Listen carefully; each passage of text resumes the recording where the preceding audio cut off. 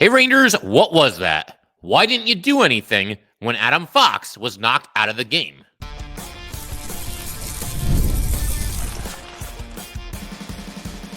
You're Locked on the New York Rangers, your daily podcast on the New York Rangers. Part of the Locked On Podcast Network, your team every day. Welcome back, Blue Shirts fans, to episode number 1433 of the Locked On New York Rangers podcast. I'm your host, John Chick. Just want to thank you guys, as always, for making Locked On New York Rangers your first listen every day. We are free and available on all platforms, including YouTube. And today's episode of Locked On New York Rangers is brought to you by FanDuel. So, if you want to be right in the middle of the action this season, visit FanDuel.com and place your NFL live bets all season long. And we are, of course, part of the Locked On Podcast Network, now the number one sports podcast network. So, the Rangers were largely terrible in this game at home against Tampa Bay, and a game that obviously continued their home woes, a game that I truly believe is in contention for, possibly their worst performance of the season. If it's not the worst, it's certainly right up there. Unfortunate, too, because the Rangers had obviously gotten back to basics, had a nice 3-game winning streak going for themselves here, and you're back at home against Tampa, and, hopefully ready to turn things around on Garden Ice, and the Rangers obviously were not able to do it. Just a nothing burger. That's the best word for everything we saw for 60 minutes from this Ranger team, an absolute nothing burger. No reason during these 60 minutes to ever get excited, no reason to think that the tide was going to turn, no play really that got you excited. I guess you could say the goal by JT Miller, because in theory it got the Rangers back into the game, but I don't know. Did anybody really think the Rangers were coming back at that point? The way they had played for 38 minutes up to the JT Miller goal, for me at least, that was not a sign of what was to come. You're always hopeful, but it never really had a feel of, okay, the game is going to turn in the Rangers' favor now. There was never any sustained pressure. There was never any second and third chances in the offensive zone. There wasn't any intensity, and it's just unacceptable. And again, I do know that this team won 3 in a row. I understand that, and they definitely did some good things. I know that the Rangers also were playing their 4th game in 6 days, but you know what? So too was the Tampa Bay Lightning. They themselves played 4 games in 6 days. I feel like just about the entire NHL is on a back-to-back right now, and you look at the lay of the land here. You won't find a fairer deal than that. Both teams playing 4 times in 6 days. Tampa was hungrier, more focused from the opening faceoff, more intense from the opening faceoff, and it never really changed. Not even for 2 or 3 minutes. Go through this game and try to find a single 3-minute stretch where it looked like the Rangers had the better of play against Tampa. I'm not sure those 3 minutes ever occurred during this game here. And if you want any kind of statistical proof, there's nowhere better to look than the shots on goal totals. Really at any point in this game, the end of the first period, the end of the second period, the end of the game, break it up however you'd like. The shots on goal, they don't always tell the story, but they certainly did in this game. At the end of this game, Tampa had outshot the Rangers 35-13. 35-13. The Rangers did not get their second shot on goal until about 5 seconds remained in the first period. They only had 4 shots on goal in the third period, a third period in which you trailed by either 1 or 2 goals for the vast majority of it. Obviously, Tampa got the late empty netter to really salt it away. But break it down individually, too. Not a single player on this Ranger team had more than 2 shots on goal. JT Miller, 1 shot on goal. It was the goal that he scored. And honestly, yes, it goes into the record books, the stat books, as a shot on goal. And obviously, we're happy that Miller was able to crash the net there and get a little bit of a dirty goal for the Rangers. That's something that they could certainly use more of moving forward. But did he actually take a shot in this game? Not one that went on net, because this wasn't really a shot. And in fact, I don't even think it hit his stick. It looked like it was more, off of his skate and into the net. So JT Miller, if we're being generous, had a shot on goal. In a literal sense, he had 1 shot on goal. No shots on goal for Alexis Lafreniere. Shocking. 1 shot on goal for Mika Zibanejad. One game after he scores twice and comes this close to a hat trick, all on one-timers, the guy goes out there and gets 1 shot on goal. Shoot the puck, Mika.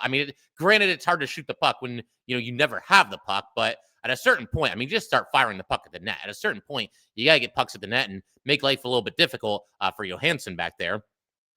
But again, beyond the shots on goal, beyond any stats, you guys watch hockey just like I do. You could watch this game and know the Rangers were flat. There was an instance in this game that really stood out for me, and that was what happened to Adam Fox in the third period. Fox is behind the Ranger net, behind the goal line there. He's going back to get the puck. He moves the puck, and he gets absolutely crunched into the boards by Hagel. Now, granted, clean hit all the way. I'm not, screaming for a suspension or a fine or anything like that. It was a clean hit. It's a guy finishing his check.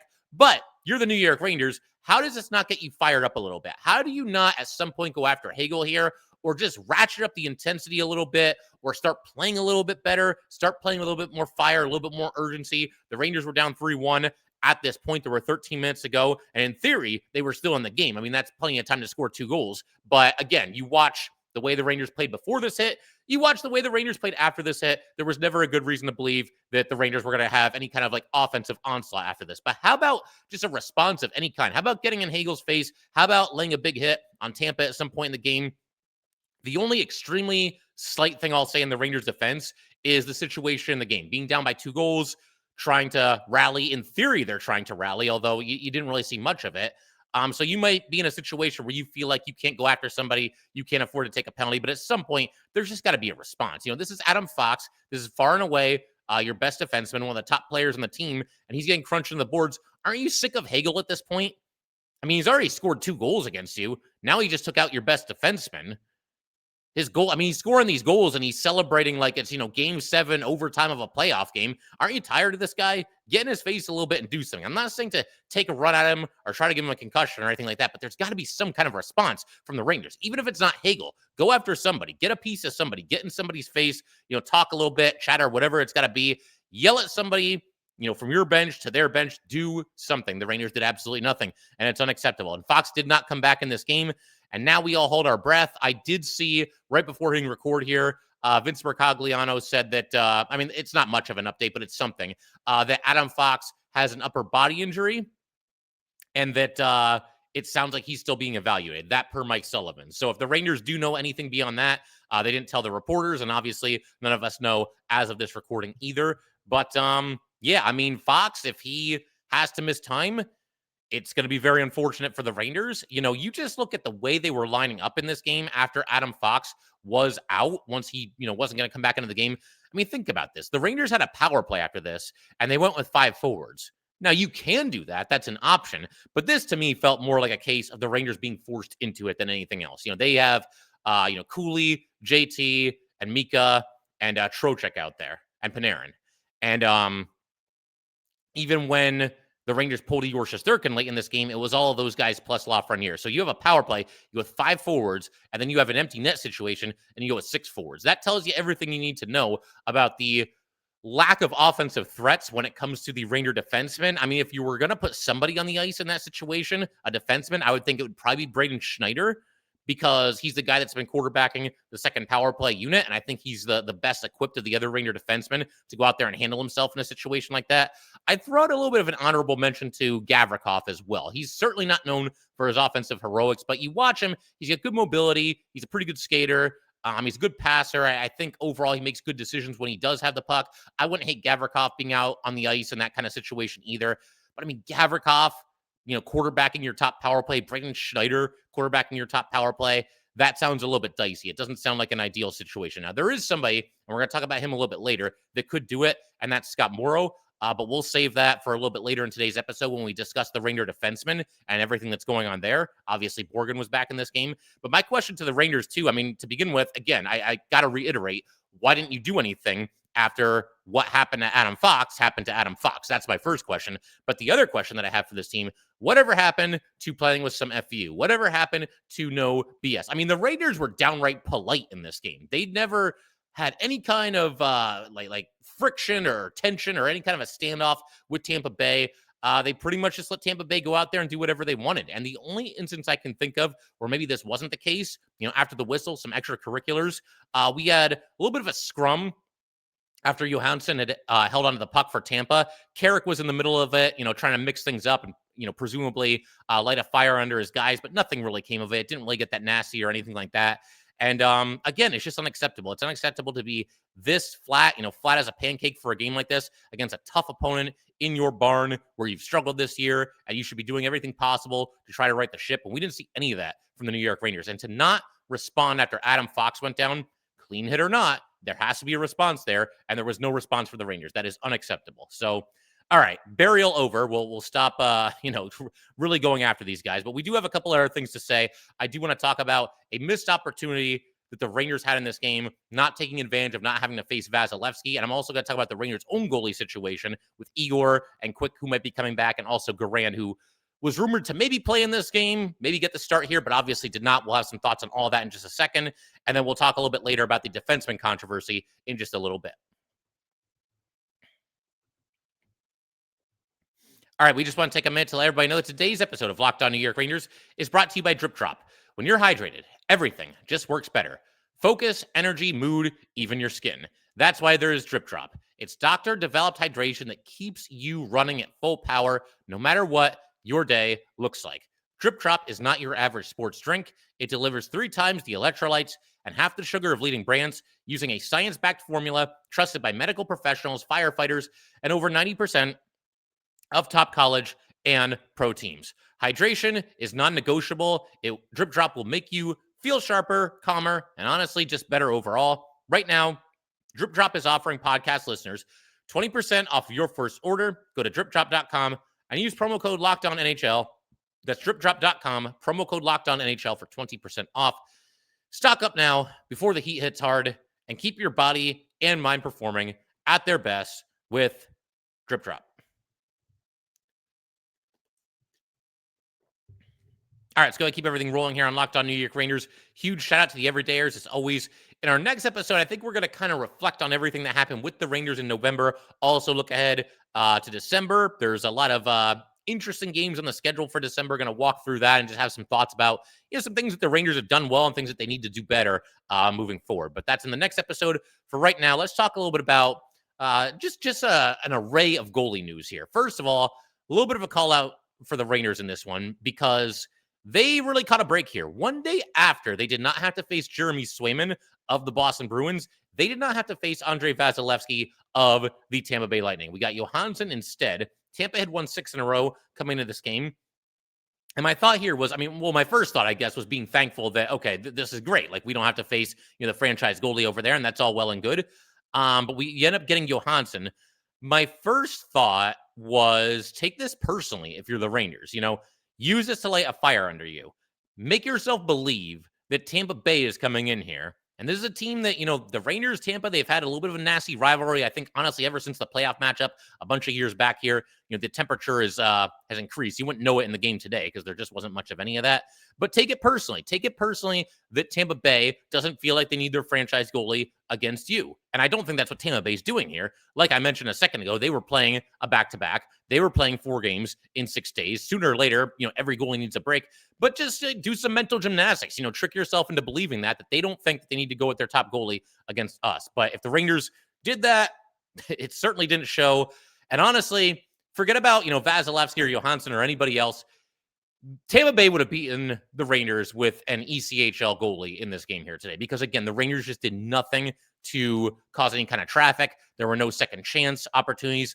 Other than the goal by JT Miller, there was nothing even resembling a dirty goal opportunity. I think the third line might have been in the crease, fighting for a puck in one instance, but very, very little of that. No deflections, no screening of the goalie, just a very, very comfortable, easy afternoon for Johansson. And that's obviously not what you want to hear if you're a fan of the New York Rangers, as I assume most of you are. As far as the Rangers and going with Igor Shesterkin for the second game of back-to-back and the 4th game in 6 days, I was good with it. I was okay with it. Obviously, Quick is not available, and Igor is your franchise goalie, whereas Dylan Garand has never played an NHL game.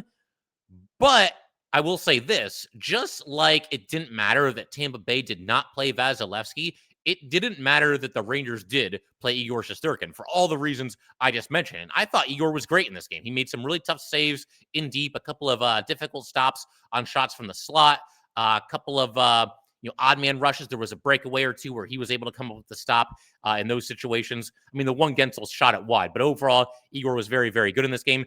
Kept the lifeless Rangers in this game for as long as he possibly could, but the Rangers were just never going to raise their play to a level that it actually mattered how well Igor Shesterkin was playing. Off the top of your head right now, try to name a New York Ranger that had a good showing in this game other than Igor Shesterkin. Not sure that player exists. So that'll give you an idea of how this game went. Anybody that watched this game, I'm sure I'm preaching to the choir. But the other thought I had here, as it pertains to Dylan Garand, because there was part of me that wanted to see him play. Like, I liked Igor going back out there, but I think anytime there's a prospect, that has a chance to make his NHL debut and he's in the building, there's that curiosity factor, right? Like, how would this kid do with the Rangers? Is he ready for the NHL? And in the case of Dylan Garand, is he ready to be, the Rangers' primary backup in the next couple of seasons? Now, let me also say real quick here, let me interject with this. As long as Quick wants to be a Ranger, as long as he keeps playing the way he's playing, I'm good with re-signing him to one-year deals after one-year deal after one-year deal. But you could still get a look at Dylan Garand. You have an idea for, if he's ready for prime time, if he's ready for NHL hockey. And again, the curiosity factor is there as well. But the reason I'm happy that Garand did actually not end up starting this game is because I would have hated for this to be his first taste of NHL action. I would have hated for this to be his first, experience playing between the pipes as a goalie for the New York Rangers, because as we just mentioned a second ago, Igor got virtually no help, virtually no support in just about any facet from the New York Rangers in this game. And so I wouldn't have wanted to subject Dylan Garand to that in his debut. Now, there's a counter argument to be made that maybe had they gone with Dylan Garand, it's possible the Rangers would have kind of seen that as a call to arms and like, okay, the kid's in net. He's a rookie. It's his NHL debut. Let's make sure we bring it for him. And let's make sure, with Igor, they always kind of see him as a safety net. I don't think they'd look at Dylan Garand that way. And so maybe they would have stepped it up a little bit. But honestly, it's very, very difficult to watch what we just saw here today and believe that anything would be any better if, Dylan Garand played this game instead of Igor Shesterkin. Never say never. Anything's possible. But again, the proof was in the pudding for 60 long, agonizing minutes today of New York Ranger hockey that nobody playing goal would have made any difference in this game for this team. So I think we're getting to a point now where it's certainly looking like Garand is going to have to wait a while to make his NHL debut. I still think it'll end up happening at some point this season. If you look at his AHL resume, he is somebody that's gotten better over the seasons that he's spent there with the Hartford Wolfpack. Now, he is off to a little bit of a slow start this season with Hartford. 3-6-2 with a 296 goals against average and 897 save percentage and one shutout. But this is somebody that typically from one season to the next, and I think that'll eventually be the case this season too, from one season to the next does get better and better. And somebody who really, I think, kind of turned some heads, certainly caught my attention a couple of seasons ago, 2 seasons ago and 3 seasons ago, with some of the work that he put in for the Wolfpack during their run through the playoffs in the Calder playoffs. And I would love to have seen more of that. I got to see a little bit of it. I think some of us certainly shifted our attention to Hartford when the Rangers went out in the first round a couple of years ago. But he's been really good there, and that's obviously something that's very impressive. And also some more news on the goalie front here.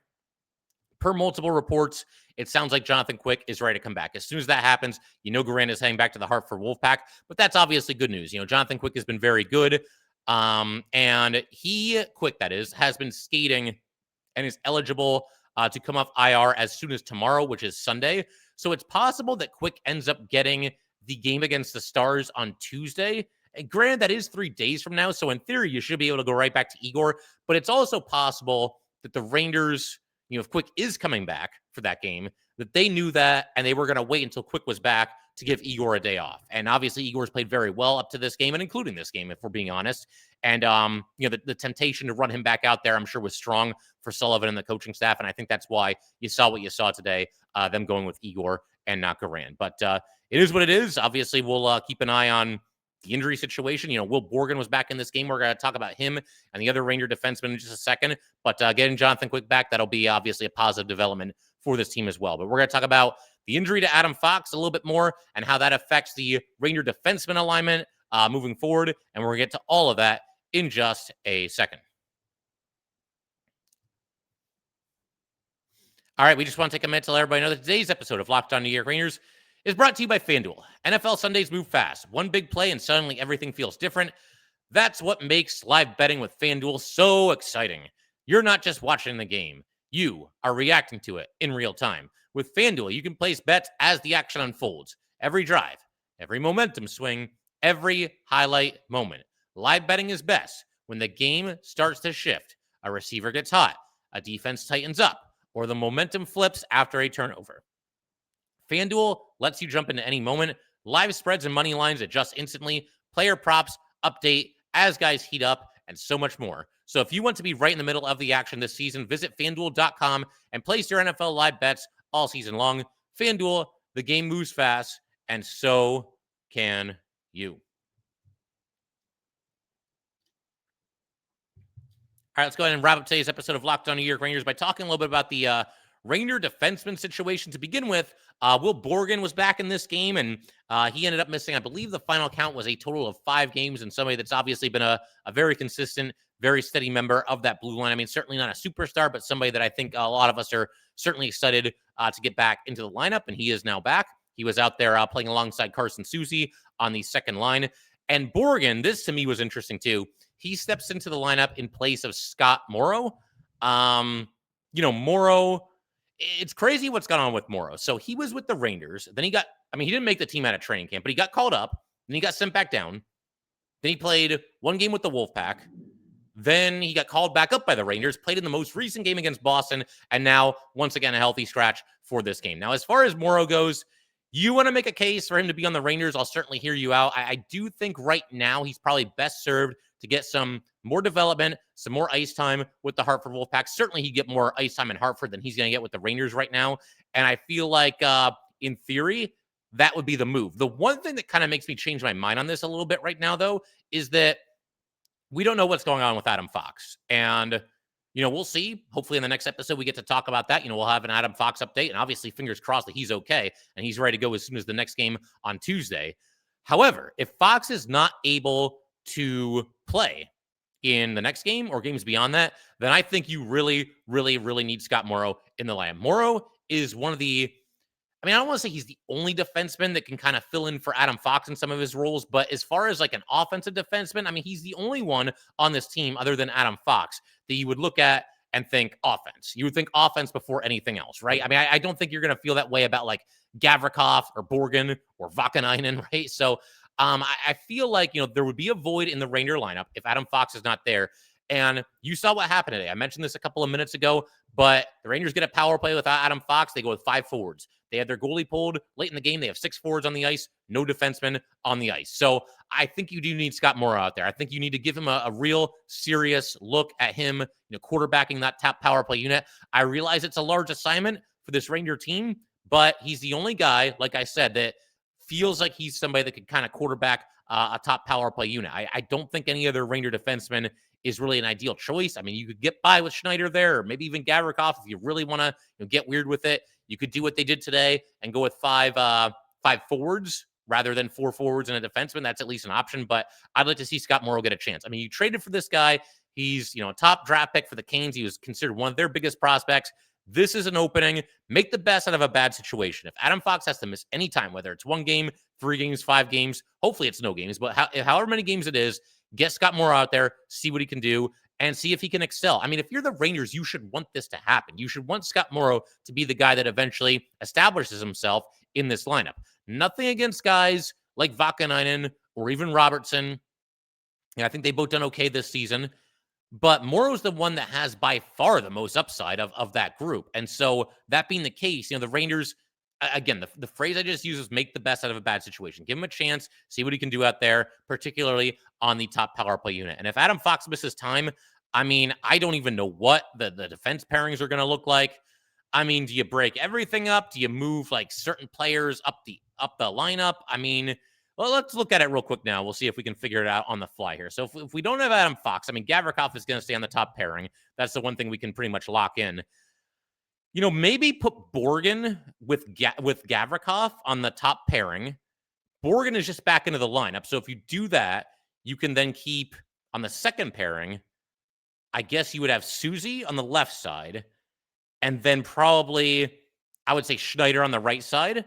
That's not a bad top 4 there. It lacks any kind of like fireworks or any kind of flash. But you've got Gavrikov and Borgen. You've got Soucy, who's really exceeded expectations this season. A lot of us were really down on him after what we saw last year. But you got Soucy with Schneider. You could get by with that. The third pairing is when it starts to get a little bit dicey, though. Because at that point, I would put Morrow in the lineup. He'd be on the right side on the third pairing. And then I guess Robertson would be out there as well. So, it's not that bad. There's no replacing Adam Fox. I think we all know that. We all understand that. But I do feel like there's been enough good play from these Ranger defensemen that if Adam Fox is out of the lineup just for a short absence, that they can get by without him, at least to an extent. And everybody, I mean, look at it as a call to arms, right? Adam Fox isn't here, so we all have to step up. That's pretty much the long and short of it. But yeah, man, I know I mentioned this earlier, but I have to mention this one more time. The lack of response to Adam Fox getting hit and knocked out of this game to me was just unacceptable on the part of the Rangers. I mean, this is one of your guys. He's one of your, captains, one of your alternate captains, one of the guys that wears the letter. And, to me, you got to get back in somebody's face and you got to get back after them. But obviously, fingers crossed that, Adam Fox's injury is not too bad and he can get back into the lineup sooner rather than later. But I figure we can call it there for tonight. I don't know if you guys can tell. My voice is absolutely toast right now, so we'll call this a little bit early. But thank you guys, as always, for tuning in. If you would like to get in touch with this podcast, please send an email to lockedonnyrangers@gmail.com. Once again, that is lockedonnyrangers@gmail.com. Definitely give us a follow on Twitter as well, @jchick17. Once again, @jchik17. And definitely subscribe to Locked On New York Rangers YouTube channel. Thanks again, guys. I will see you next time.